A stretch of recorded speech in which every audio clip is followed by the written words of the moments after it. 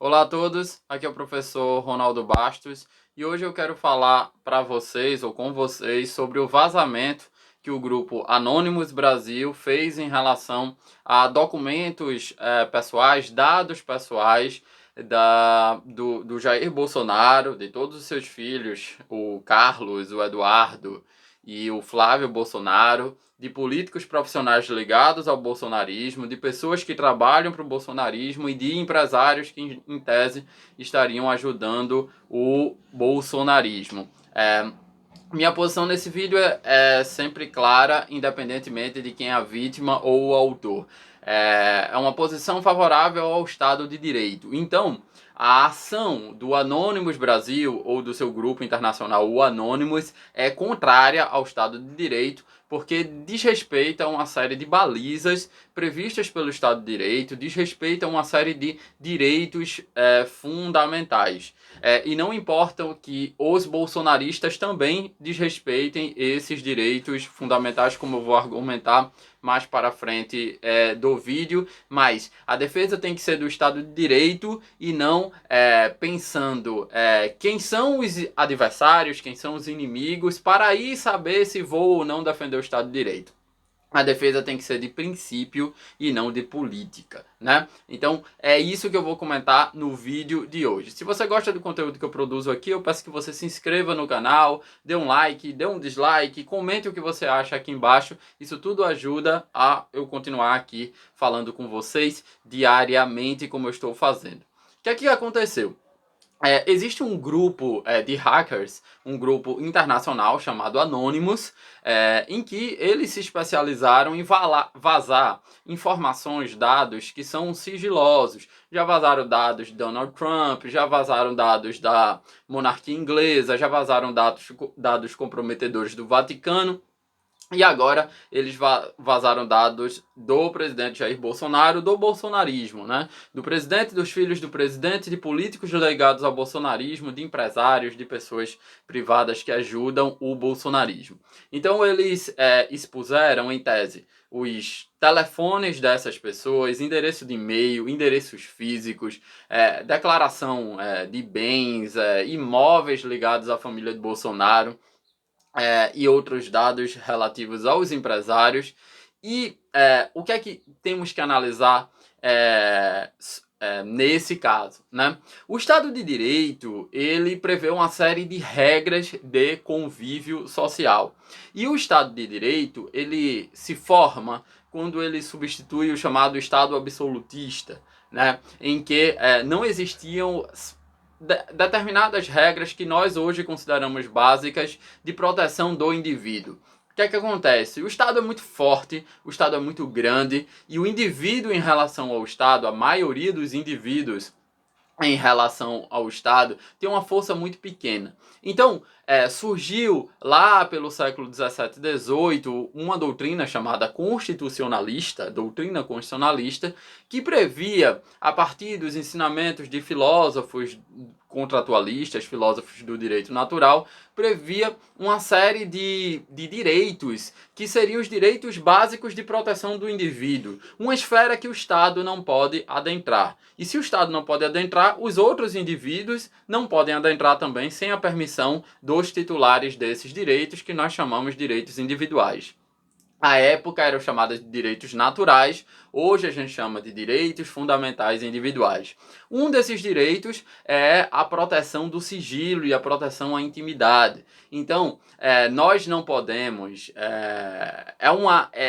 Diz respeito à intimidade do indivíduo, por exemplo, o sigilo fiscal do indivíduo, quais são os bens que esse indivíduo tem, quais são as operações financeiras que esse indivíduo faz. Existem outros direitos ligados à intimidade, como, por exemplo, o endereço da nossa casa, o número do nosso telefone, as movimentações de ordem econômica que fazemos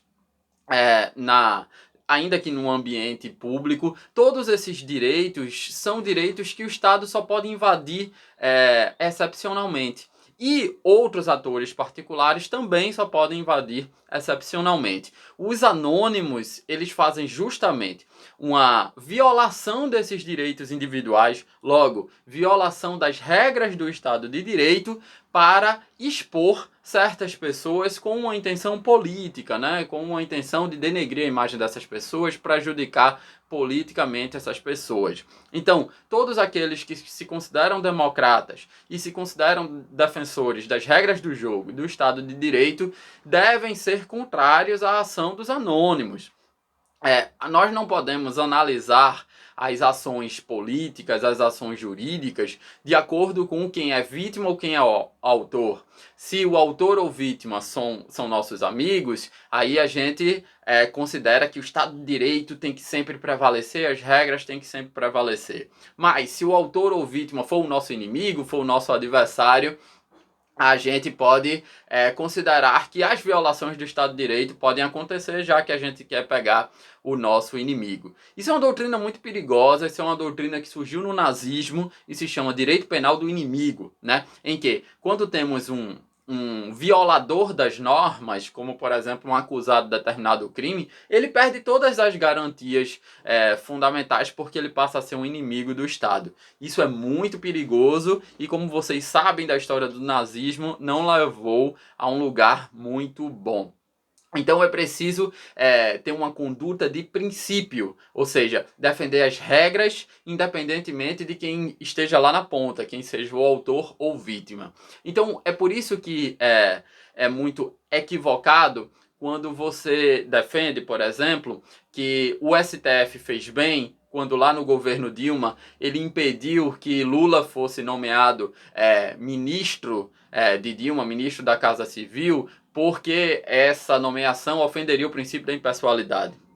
Quando você comemorou, bateu palma para isso, porque era o PT na ponta, e agora você reclama que o STF é muito interventor no governo, o STF é inconstitucional, porque ele impede um presidente da República, assim como Dilma, de nomear um diretor-geral da Polícia Federal, assim como Dilma quis nomear um ministro, por ofensa ao princípio da impessoalidade, ofensa a afastamento da finalidade pública dos atos administrativos. Então você tem que agir por princípios e não agir por interesses, né? Se você concorda que o STF foi interventor lá em nomear, em impedir a nomeação de Lula, você também, em tese, tem que concordar que o STF está sendo ativista quando ele impede a nomeação do diretor-geral lá da Polícia Federal, o Alexandre Ramagem. Se você, por outro lado, acha que o STF fez certo ao impedir a nomeação de Lula, você tem que achar que o STF fez certo ao impedir a nomeação do Alexandre Ramagem.